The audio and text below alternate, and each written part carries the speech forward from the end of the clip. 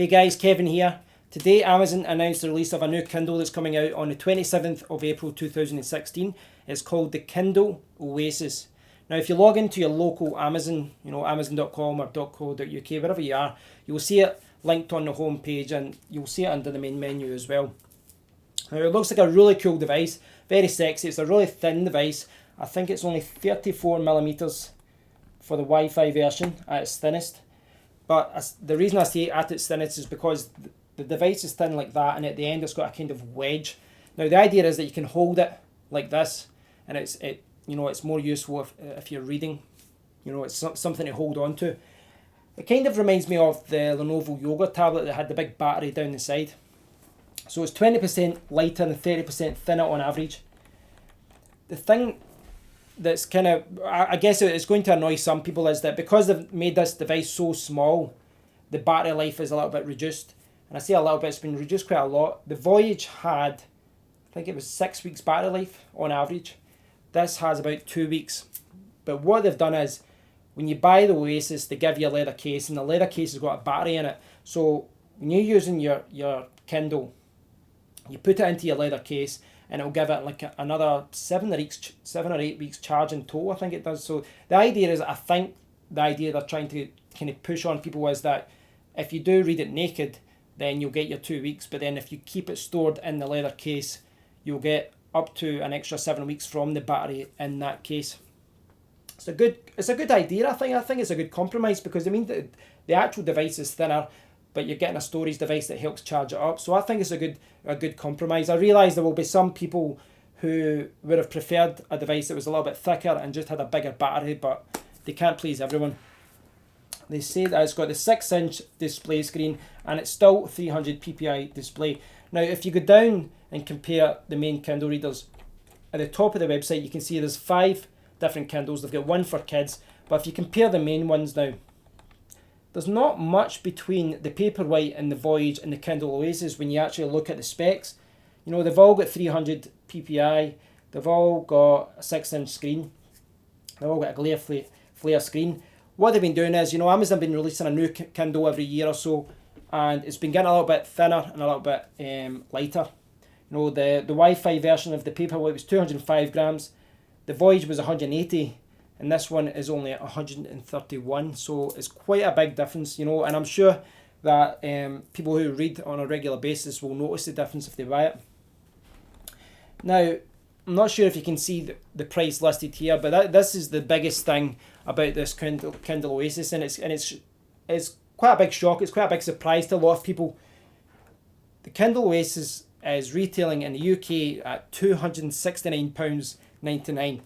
Now, in America, it is going for $289.99. So, we in the UK we are paying about $100 more, but it's very expensive, and there's a lot of accessories that are expensive as well. See this Amazon Power Connector, just a USB plug, £17.99. That's a lot of money for a USB plug. Screen protector is £12.99, and then an extra 3-year guarantee is £49.99. £18 for a USB plug is a little bit insane. I think whether this is worth the money or not, it really depends to how much of a reader you are. If you read your Kindle every single day, then you're probably looking, if you can upgrade it to the latest version and sell your older one, then I'm sure you're going to jump at the chance to do this. £269.99 though, it's a huge expense really, and I'm a little bit surprised about it myself. I mean, I've only got one Kindle. I've got the Kindle keyboard, you can see here, and I got this in 2011, and I got it around, it must have been about the May 2011, because I remember buying it, because in fact it'll be earlier than that. I bought it about April. I went to Vietnam for 5 or 6 weeks, so I had a long plane journey and a couple of long buses and train journeys.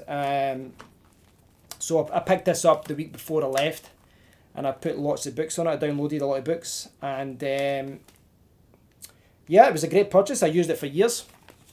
Very happy with it, and I think I paid about £160 or so. And what Amazon have been doing over the years, whenever they release a new one, nearly all the time the Kindle has been released at you know, about 160, 170 pounds. The older Kindle, the older flagship model, has dropped in price a little, and that's what they had before. You know, they've got the basic Kindle at £59.99. They've got the Paperwhite, which used to be the flagship one, that's down at £109.99, and they've got the Kindle Voyage at £169.99. They've now got the Kindle Oasis at £269.99. So that's a big difference. You know, they goes £60, £110, £170, £270. It's a big jump. You know, £100 more than the Voyage.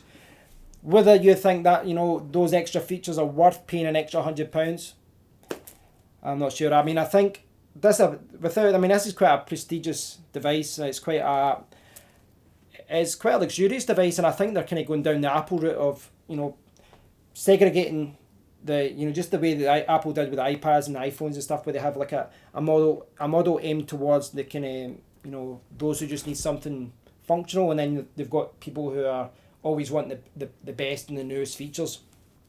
But I think the price, I mean, if you think about it, if you go back 5 years, when this was released, 5 years old, I think it might have even been released a year before.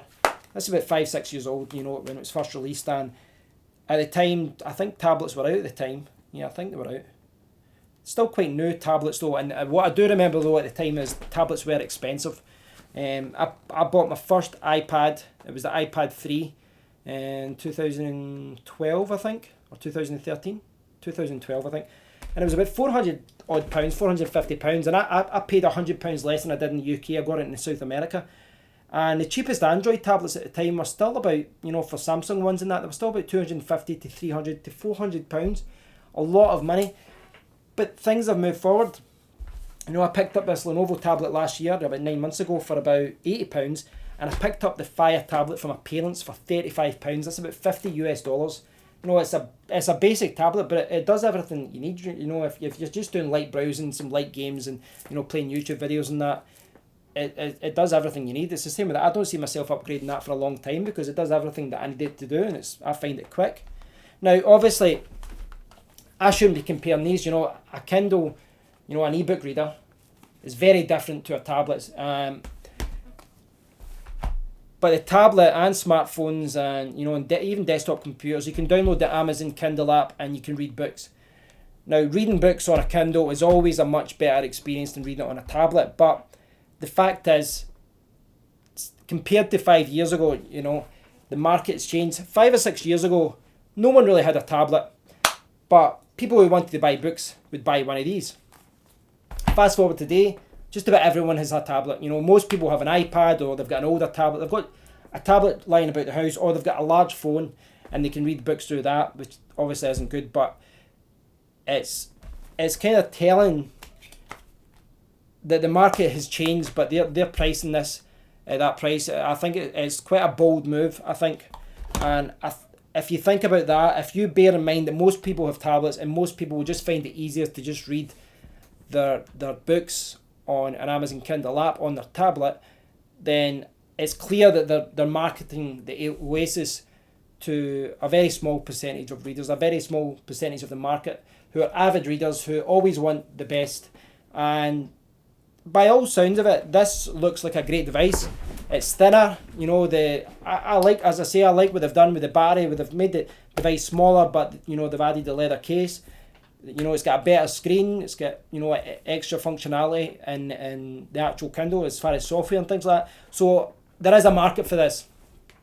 But I do think the market, if you go back a few years, the market has changed. So time will tell whether this sells well or not. Amazon aren't stupid. They've obviously, you know, they've got stats on everything. You know, they're obviously, they know what kind of device people are using. They know. I mean, they've followed the same formula over the last few years, and they've noticed that.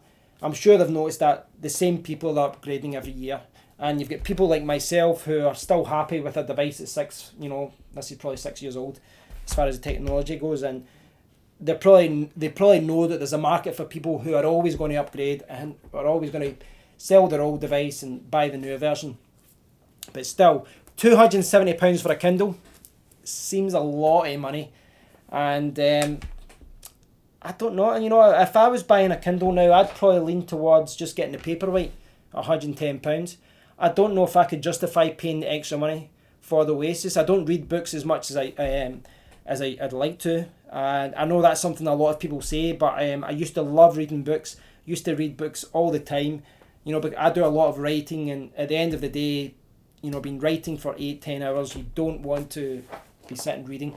Your brain's frazzled. You want to sit down, relax, watch a film.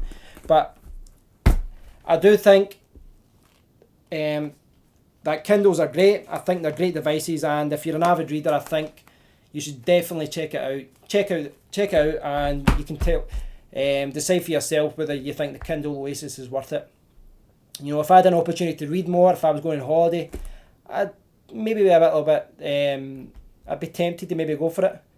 But I don't think it does anything, you know, if you're just a kind of avid reader or someone who just reads every now and then, you'd probably be better going for something like the Paperwhite or the cheaper version, because I don't think that you're really going to notice the extras that it provides as far as weight, as far as battery life and things like that. Please do check it out though. Go to Amazon and check it out. I'd love to hear what you think about it, particularly from those of you who do read a lot. And you know, I'm sure that if you read a lot, you're probably waiting for this for a long time, and you're probably happy to hand over the money. But let me know what you think. It's a lot of money for a Kindle. It's 2016. It's £270 or $300 in the US, $290 in the US. Is it, you know, is everyone going to be buying that? Let me know in the comment area below. I'd love to hear what you think about that. And please do, if you've enjoyed the video, please do consider subscribing, sharing and liking. Speak to you all soon, guys. Thanks for watching.